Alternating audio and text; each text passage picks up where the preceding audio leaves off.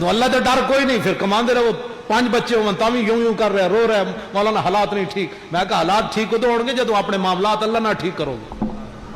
تیرے کو نماز پڑھن دا ٹائم کوئی نہیں، فلمیں ویکھن دا راتی تیرے کو ٹائم ہے، سویرے اٹھ کے کہنا حالات نہیں ٹھیک. ساری رات تو فلموں کے لیے جاگتا ہے، کبھی تہجد کے لیے بھی جاگا.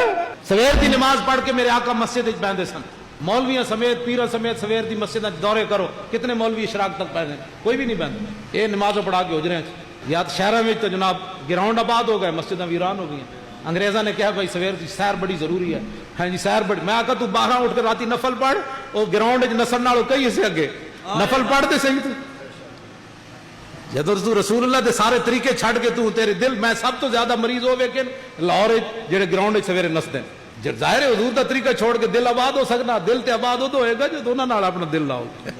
کھوتیاں نو بھی پتا ہے جس مالک وہ راتی کدی رسی توڑی کھوتیاں تسی مجھ رکھی مجھ راتی کدی رسی توڑی یقین نال بیٹھی رہندی جس مالک راتی جوار باجرہ پایا اور سویرے بھی پائے. وَمَن يَتَوَکَّلْ عَلَى اللَّهِ فَهُوَ حَسْبُهُ.